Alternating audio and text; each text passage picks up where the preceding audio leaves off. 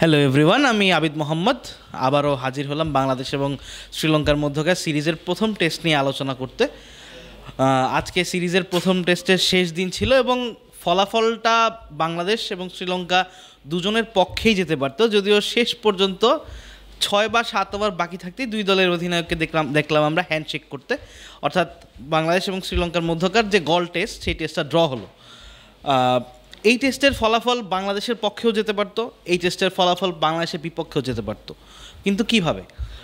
গতকাল বাংলাদেশ 187 রানের লিড নিয়ে দিন শেষ করেছিল এবং আজকের দিনের শুরুটা বাংলাদেশ একটু ধীরগতিতেই করলো। প্রথম 19 ওভারে বাংলাদেশ মাত্র 50 রানের মতো নিতে পারলো। মুশফিক এবং শান্ত দুজনেই একটু দেখে শুনে খেলার চেষ্টা করলেন বা একটু ধীরগতিতে খেলার চেষ্টা করলেন। ঠিক এই জায়গাটাতেই আমার কাছে মনে হয় ম্যাচের ফলাফলটা ডিসাইড হয়ে গেছে।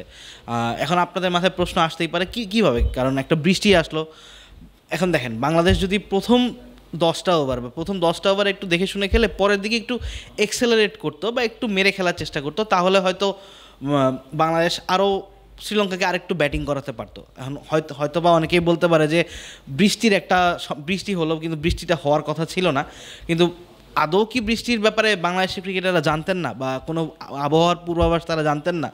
এই গলে সমুদ্রের পাশে স্টেডিয়াম এবং প্রতিদিনই দেখা গেছে যে বৃষ্টি হচ্ছে। তো আজকের ম্যাচেও যে বৃষ্টি হবে না বা বৃষ্টি হতো না, এর কোনো গ্যারান্টি কিন্তু ছিল না। তো ওই জায়গাটায় যদি বাংলাদেশ দল চাইতো, তাহলে এই ফার্স্ট সেশনে এক্সেলারেট করে লিডটা 300+ নিয়ে শ্রীলঙ্কাকে অন্তত 320 রানের একটা টার্গেট দিলে বাংলাদেশের জন্য একটা বড় সুবিধা হতো। শ্রীলঙ্কা ব্যাটিংয়ে নামার পর যে অ্যাপ্রোচটা দেখালো, সেটা তো শুরুতে তারা অ্যাটাকিং খেলার চেষ্টা করেছেন, বা বলতে গেলে ওয়ানডে মেজাজেই খেলার চেষ্টা করেছেন। 6 ওভারে তারা যখন খুব ভালো অবস্থানেই ছিলেন, বা বলতে পারো না খুব ভালো অবস্থানে, 6 ওভারে তারা খুব ভালো শুরু করেছিলেন। কিন্তু 2 ওপেনার আউট হওয়ার পর কিন্তু শ্রীলঙ্কার পুরো ব্যাটিং অ্যাপ্রোচটাই চেঞ্জ হয়ে গেল এবং আরও 2টা উইকেট গেল এবং শেষ পর্যন্ত 72 রান নিয়ে শ্রীলঙ্কা 72 রানে 4 উইকেট থাকা অবস্থায় দুই অধিনায়ক মিলে ডিসিশন নিলেন যে ম্যাচটা শেষ হয়ে যাবে বা ম্যাচটা ড্র ঘোষণা করা হলো।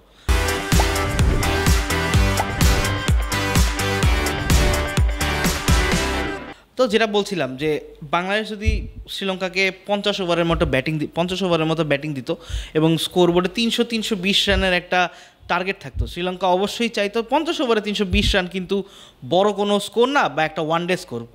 এই ধরনের স্কোর শ্রীলঙ্কা কিন্তু এর আগেও চেস করেছে। দক্ষিণ আফ্রিকায় আমরা দেখেছি, ইংল্যান্ডে একটা টেস্ট শ্রীলঙ্কা এমনি জিতেছে। তো শ্রীলঙ্কার জন্য এই টেস্টটা জেতার একটা চ্যালেঞ্জ হয়ে দাঁড়াতো। আর তাদের কোচ হচ্ছে সানাত জয়সূরিয়া যেমন ব্যাটিং করতেন, মাতারা হারিকেন নামে আমরা তাকে চিনি। অবশ্যই জয়সূরিয়া চাইতেন যে তার শিষ্যরা যেন 50 ওভার বা 45-50 ওভারে 320 রানের টার্গেটটা তারা করে ফেলে। ব্যক্তিগত মাইল ফলকের পেছনে ছোটার কারণেই বাংলাদেশের এই টেস্টটা বাংলাদেশের কাছ থেকে হাতছাড়া হলো। তবে আরেকটা জিনিস হয়তো বলতেই হয়, বাংলাদেশ আফগানিস্তানের সাথে, জিম্বাবুয়ের সঙ্গে টেস্ট হেরেছে, পাকিস্তানের সঙ্গে টি-20 হেরেছে, আরব আমিরাতের সঙ্গে টি-20 হেরেছে। গত 3টা সিরিজের পারফরমেন্স বাংলাদেশের ফরে ছিল না। তো আপনি যখন টানা 3টা পরীক্ষায় ফেল করবেন, অবশ্যই সে পরের 4 নম্বর যে পরীক্ষা, বা আপনার যখন প্রথম 3টা পরীক্ষা খারাপ হবে, আপনি অবশ্যই 4 নম্বর পরীক্ষা দিতে গেলে কনফিডেন্স পাবেন না, যেটা না পাওয়াটা স্বাভাবিকই। যতই টিম ম্যানেজমেন্টে যত বড় বড় নামই থাকুক, শন টেট থাকুক, মানে শিষ্যদের অনুপ্রেরণা জোগানোর জন্য মোহাম্মদ সালাউদ্দিন থাকুক, তারাও চাইবেন যে ছেলেরা যেন কোনোভাবে একটা পাস মার্ক তুলতে পারে। হয়তোবা এই মেন্টালিটিটা তাদের মধ্যে কাজ করেছে, এই জিনিসটা তারা চেষ্টা করেছেন। কিন্তু 4টা পয়েন্ট টেস্ট চ্যাম্পিয়নশিপে নতুন সাইকেলের প্রথম টেস্ট, ইংল্যান্ডের টেস্ট চলছে। সেই টেস্টে ঋষভ পান্ট, শুভমান গিলরা কী করছেন আপনারা তো দেখছেনই টেলিভিশনে, কীরকম অ্যাটাকিং ক্রিকেট খেলছেন। আসলে টেস্ট ক্রিকেটটাও এখন চেঞ্জ হয়ে গেছে, কিন্তু আমরা আসলে হয়তো হতে পারে যে পরিস্থিতির গ্যারাকলে পড়ে আমরা আসলে এই জিনিসটাতে বেরোতে পারলাম না, বা আমরা 4টা পয়েন্ট আমাদের জন্য অনেক ইম্পর্টেন্ট ছিল। সেই 4টা পয়েন্ট পাওয়ার জন্যই আমরা আর কি এই জিনিসটা এই ধরনের খেলাটা খেললাম। তবে শান্ত যদি চাইতেন, বা যদি আরেকটু অ্যাটাকিং খেলতে, শান্ত কিন্তু 100-র পর নিজের ইনিংসটাকে এক্সেলারেট করেছেন। 125 রান গিয়েছেন খুব দ্রুত সময়ের মধ্যে, 25 রান তিনি খুব দ্রুত সময়ের মধ্যে নিয়েছেন। কিন্তু ওই তারাটাই যদি শান্ত আরেকটু আগে করতেন, শ্রীলঙ্কাকে দেড় সেশন ব্যাট করতে দিতেন, তাহলে হয়তো বা ম্যাচের ফলাফল ইদার বাংলাদেশের পক্ষে যেত অথবা শ্রীলঙ্কার পক্ষে যেত। আর টেস্ট চ্যাম্পিয়নশিপের এই সাইকেলে বাংলাদেশ যে কয়টা ম্যাচ খেলবে, তার মধ্যে এই ম্যাচ এই অ্যাওয়ে সিরিজটা বাংলাদেশের জন্য পয়েন্ট নেওয়ার জন্য খুবই গুরুত্বপূর্ণ ছিল। শ্রীলঙ্কা বাংলাদেশ প্রায় সমানই বলা যায়, দুই দলেই শ্রীলঙ্কার যা ট্রানজ্যাকশন ছিল সেই ট্রানজ্যাকশন পিরিয়ড তারা পার করে এসে নিজেদেরকে নতুন করে বিল্ড আপ করার চেষ্টা করছে। বাংলাদেশের অনেক সিনিয়র ক্রিকেটার চলে গিয়েছেন, শুধু মুশফিকুর রহিম রয়েছেন, এবং এই মুশফিকুর রহিমের হাতেই কিন্তু মুশফিকুর রহিমের দিকেই কিন্তু অনেক পুরো বলতে গেলে বাংলাদেশ দল চেয়ে থাকে। কিন্তু এই মুশফিকুর রহিম নিজের ব্যক্তিগত মাইল ফলকের পেছনে ছুটে নিজের 2 ইনিংসেই তিনি তার ব্যক্তিগত মাইল ফলকের পেছনে ছুটে বাংলাদেশকে পিছিয়ে দিয়েছেন। এটা আমি বলতেই হচ্ছে, কারণ ভালো খেলেছেন, 160 রান করেছেন, সেটা বড় কথা না। আমি কিভাবে 160 রান করলাম বা আমি কিভাবে ইনিংসটা বিল্ড আপ করলাম বা কীভাবে রানগুলো করলাম সেটা ইম্পর্টেন্ট। তবে এই টেস্টে বাংলাদেশের সবচেয়ে বড় প্রাপ্তি যদি বলতে হয় নাজমুল হোসেন শান্তর জোড়া সেঞ্চুরি। ক্যাপ্টেন, আমি এখনও বলবো শান্ত T20 ফরম্যাটের জন্য না, শান্তর উচিত। আমি তো শান্তকে ডিসিশন জানানোর কেউ না, বা আমি হয়তো বা তার কাছে বার্তাটা পৌঁছাতে পারি, কিন্তু ডিসিশন শান্তকে নিতে হবে। কিন্তু আপনারাও কমেন্ট সেকশনে জানাবেন যে T20 শান্ত এবং টেস্ট আর ওয়ানডে শান্তর মধ্যে কিন্তু বিস্তর ফারাক। শান্ত ওয়ানডে এবং টেস্ট খেলার জন্য যে সময়টা পান বা সেট হওয়ার জন্য সময়টা পান, T20 সেই সময়টা পান না। তাই আমার এখনও মনে হয় শান্ত T20 থেকে সরে এসে ওয়ানডে এবং টেস্টে শুধু ফোকাস করা উচিত। এবং বাংলাদেশের এই নিয়ে শান্তর ক্যারিয়ারে 2 বার শান্ত এরকম কোনো রেকর্ড করলেন বা এরকম কোনো একটা মাইল ফলক ছিলেন যে 2 ইনিংসেই 100। এর আগে মমিনুল হকের এমন একটা রেকর্ড আছে। আর টেস্ট ইতিহাসে 16তম ক্রিকেটার হিসাবে, ক্যাপ্টেন হিসাবে শান্ত 2 ইনিংসে সেঞ্চুরি করলেন। অবশ্যই শান্তর জন্য এটা অনেক বড় প্রাপ্তি।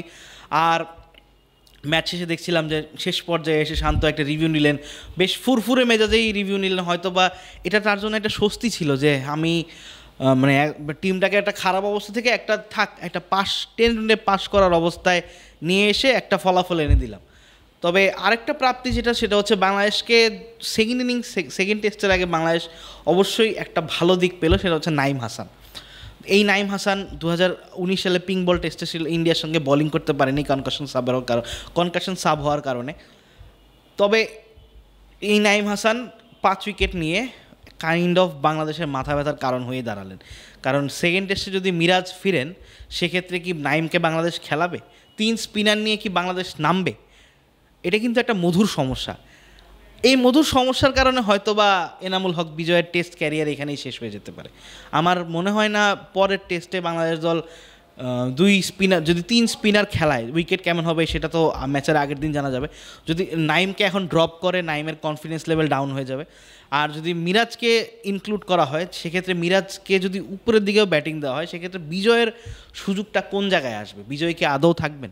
সেক্ষেত্রে কি আমরা 2 বাঁহাতি ওপেনার নিয়ে বাংলাদেশ টেস্ট খেলতে নামবে, নাকি অন্য কোনো পরিকল্পনা থাকবে? আমার মনে হচ্ছে না যে ম্যানেজমেন্ট এখন বাংলাদেশ 3টা স্পিনার খেলাবেন শ্রীলঙ্কার মাটিতে, এটাও বলা মুশকিল।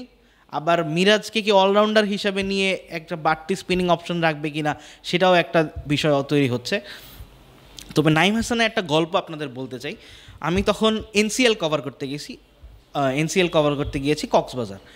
এবাদত হোসেন যে এনসিএলটায় চোট কাটিয়ে ফিরলেন, সেই এনসিএলে খেলা দেখতে আসছেন আব্দুর রাজ্জাক রাজ, নির্বাচক।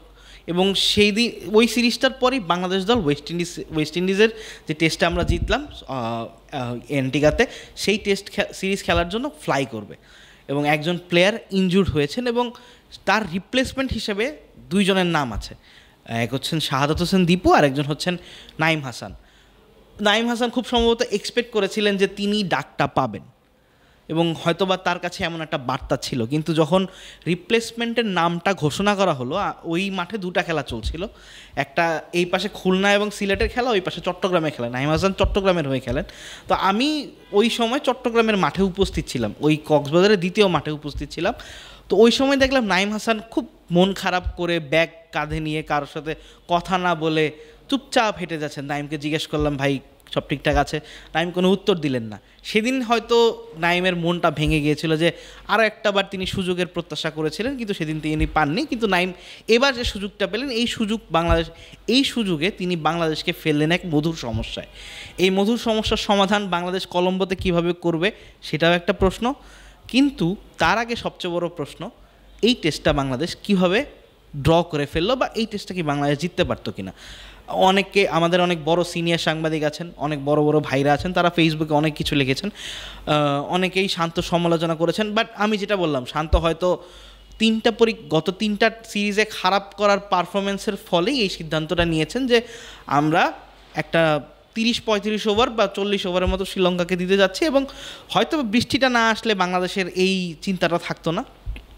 কিন্তু বৃষ্টিটাই মেইন প্রবলেমটা বৃষ্টিটাই করেছে। বৃষ্টি হয়তো শান্তর পরিকল্পনায় পরিবর্তন আনতে বাধ্য করেছে, বৃষ্টি হয়তো বাংলাদেশকে একটা ভালো অবস্থান থেকে পিছিয়ে দিয়েছে। তবে তারপরে বলতে হয় এই পুরো টেস্টটাতে বাংলাদেশ যেমন খেলেছে, এই খেলাটা বাংলাদেশে মিসিং ছিল। মানে অনেক দিন ধরে বাংলাদেশের টপ অর্ডার, মানে টেস্টের টপ অর্ডার সাদমান জিম্বাবুয়ের সঙ্গে 100 মেরেছেন ঠিকই, তবে প্রতিপক্ষ জিম্বাবুয়ে ছিলেন একটা কোয়ালিটি পেস বোলিং ইউনিট বলবো না, একটা কোয়ালিটি স্পিন বোলিং ইউনিটের এগেনস্টে সাদমান রান করেছেন। কিন্তু বিজয়ের আক্ষেপটা রয়ে গেলে আমার মনে হচ্ছে না বিজয়কে পরের টেস্টে টিম ম্যানেজমেন্ট খেলাবে। এবং এখন যে প্রশ্নটা সেটা থেকেই যে মুশফিক কি আরেকটু অ্যাটাকিং খেললে বাংলাদেশের জন্য রেজাল্টটা বাংলাদেশের ফরে আসতো কিনা, এবং এই প্রশ্নটা থেকেই বাংলাদেশ সেকেন্ড টেস্টে খেলতে নামবেন। অবশ্যই মুশফিক অনেক অভিজ্ঞ ক্রিকেটার, কিন্তু অভিজ্ঞতাও যে মাঝে মাঝে বড় মাথা ব্যথার কারণ হয়ে দাঁড়ায়, সেটা হয়তো বাংলাদেশকে রিয়েলাইজ করতে হবে। এবং এই রিয়েলাইজেশনটা যত তাড়াতাড়ি আসবে, তত মুশফিক নিজেকে ডেভেলপ করবেন, ওই পরিস্থিতিতে নিজেকে আরেকটু অ্যাটাকিং খেলতে বলবেন, এবং আরেকটু অ্যাটাকিং খেললে বাংলাদেশের জন্য রেজাল্টটা হয়তো ভিন্নভাবে হতো। তারপর 4টা গুরুত্বপূর্ণ পয়েন্ট, এই নতুন সাইকেলে বাংলাদেশ ঘরের মাঠে ইংল্যান্ডের সঙ্গে খেলবে, দক্ষিণ আফ্রিকার মাটিতে গিয়ে খেলবে, অস্ট্রেলিয়ার মাটিতে গিয়ে খেলবে, এবং এই 3টা বড় বড় সিরিজ বাংলাদেশকে একটু সাইডেই রাখতে হবে। এবং আমি শিওর না ইংল্যান্ডের সঙ্গে বাংলাদেশ কোনো পয়েন্ট নিতে পারবে কিনা। তারপরেও 2017 সালে ইংল্যান্ডের সঙ্গে বাংলাদেশ টেস্ট জিতেছিল, এবার হয়তো বাংলাদেশ চাইবে একটা টেস্ট জিতে 12টা পয়েন্ট নিতে। এই সাইকেলে বাংলাদেশের সুযোগ আছে, এই সাইকেলে বাংলাদেশের সুযোগ আছে 4 থেকে 5টা টেস্ট জেতার বা ভালো করার। সেটা হচ্ছে পাকিস্তান এবং ওয়েস্ট ইন্ডিজকে তারা আতিথ্য দিবে। তো ওইখানে যদি একটা জয়, 2-3টা জয় পায় বাংলাদেশ, সেটাও লাভ। তো এই সাইকেলে বাংলাদেশের যে ভালো করার সুযোগ আছে, এবং প্লেয়াররা যে ভালো টাচে আছেন, বা শান্ত অ্যাজ এ ক্যাপ্টেন নিজেকে ইমপ্রুভ করার চেষ্টা করবেন এই ভুলগুলো থেকে, এই প্রত্যাশাই আমরা করছি। তবে দিন শেষে এই আক্ষেপটা নিয়ে আমাকে শেষ করতে হচ্ছে যে রেজাল্ট বাংলাদেশের পক্ষে আসলেও আসতে পারতো, কিন্তু শেষ পর্যন্ত অভিজ্ঞদের অনভিজ্ঞতায় বাংলাদেশ এই টেস্টটা ড্র করে ফেললো। চাইলে শ্রীলঙ্কার পক্ষেও যেতে পারতো, কিন্তু আমি আমার দেশের পক্ষেই কথা বলবো। আমি চাবো আমার দেশ জিতুক, আমার দেশ আমার অহংকার। Thank you.